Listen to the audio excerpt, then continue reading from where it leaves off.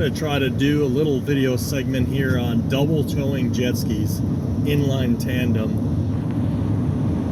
So what I've got back there is a pair of Yamaha SUV waverunners in line with each other on two single trailers, like ducks in a row. Those are 5 feet wide and 12.5 foot long each, 1,000 pounds each. Trailers are 240 pounds.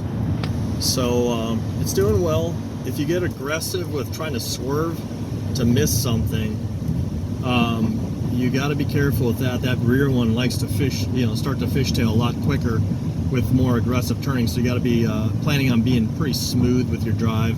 Keep a lot of space in front of you with the vehicles in front, so you don't run into any debris in the road or have to make any jerky quick movements. And if you see a dog or a deer, you just plan on hitting it, because to swerve would be pretty catastrophic, I think. I don't know if using sway bars or something like that back there, trying to configure that, might help. I've never used sway bars on anything. I haven't had the occasion to try those out except for this. So I'm going to try to shove this phone out the window to give you a view of what it looks like back there. Hopefully my aim with the cell phone's good enough. Let's zoom back out. Give this a shot anyway.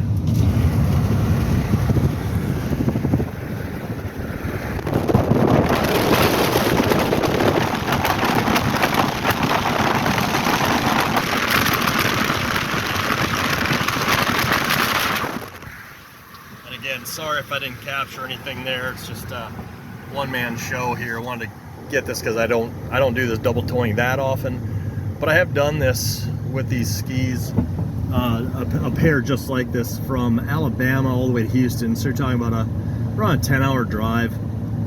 There was raining, it wasn't a problem.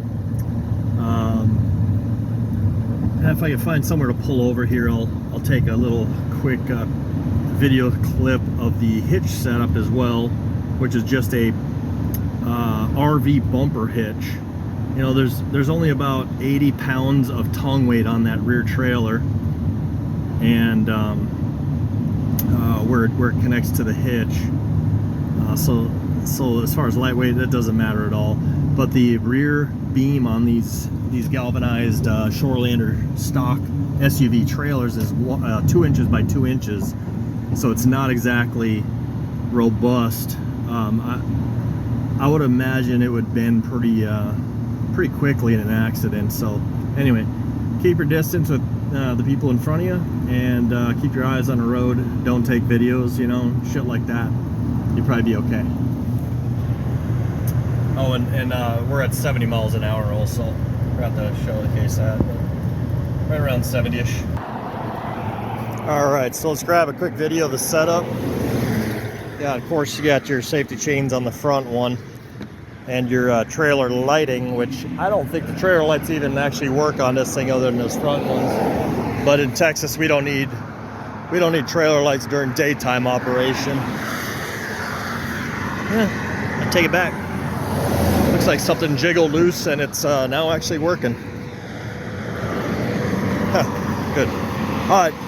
So the gist of this is, if you're going to be doing this a lot, probably move your bow stop a little bit forward, maybe about 8 to 10 inches forward, and that'll put more tongue weight over here on the first one. This has, again, about 80 pounds of tongue weight on each of these trailers. Not quite 10% ish. So I'm seeing a little bit more fishtailing, I guess, because of that, versus the last time I did this. I had a lot more tongue weight on that front trailer.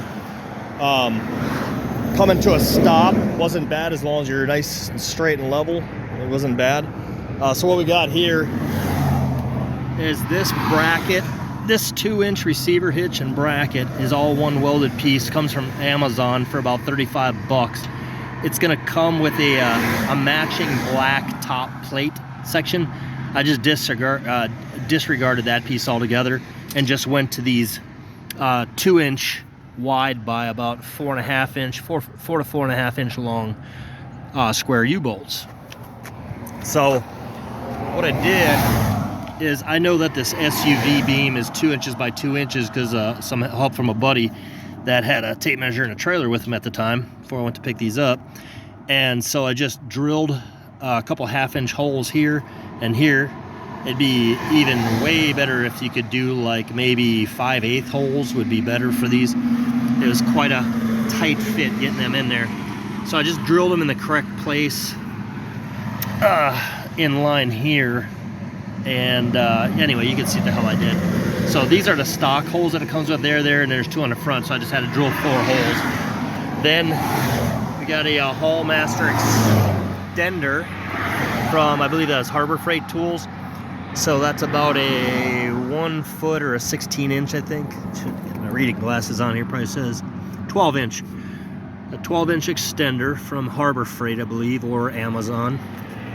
And then a upside down drop neck piece on there as well, with a 2-inch ball.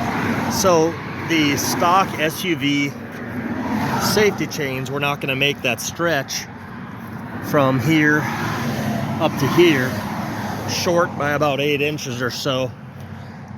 So make sure you have some extensions for your safety chains to be street legal.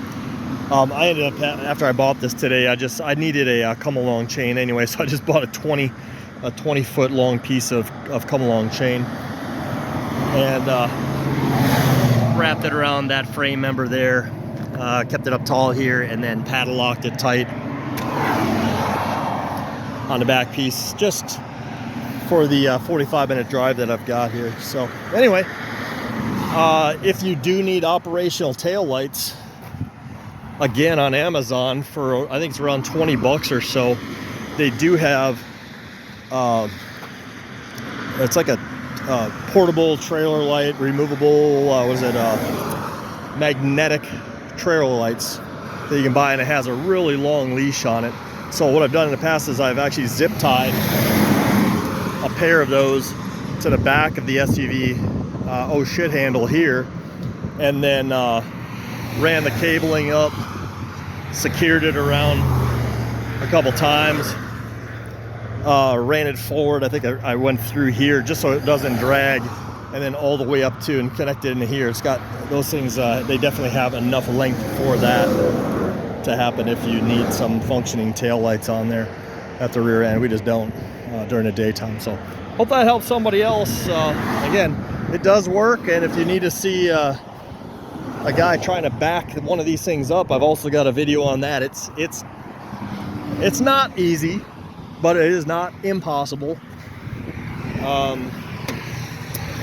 The video shows, you know, doing a 90-degree turn into a parking lot backwards and backing in effectively. So it can be done. It's just not, it's not ideal. Trust me, you'd need a lot of practice. I did.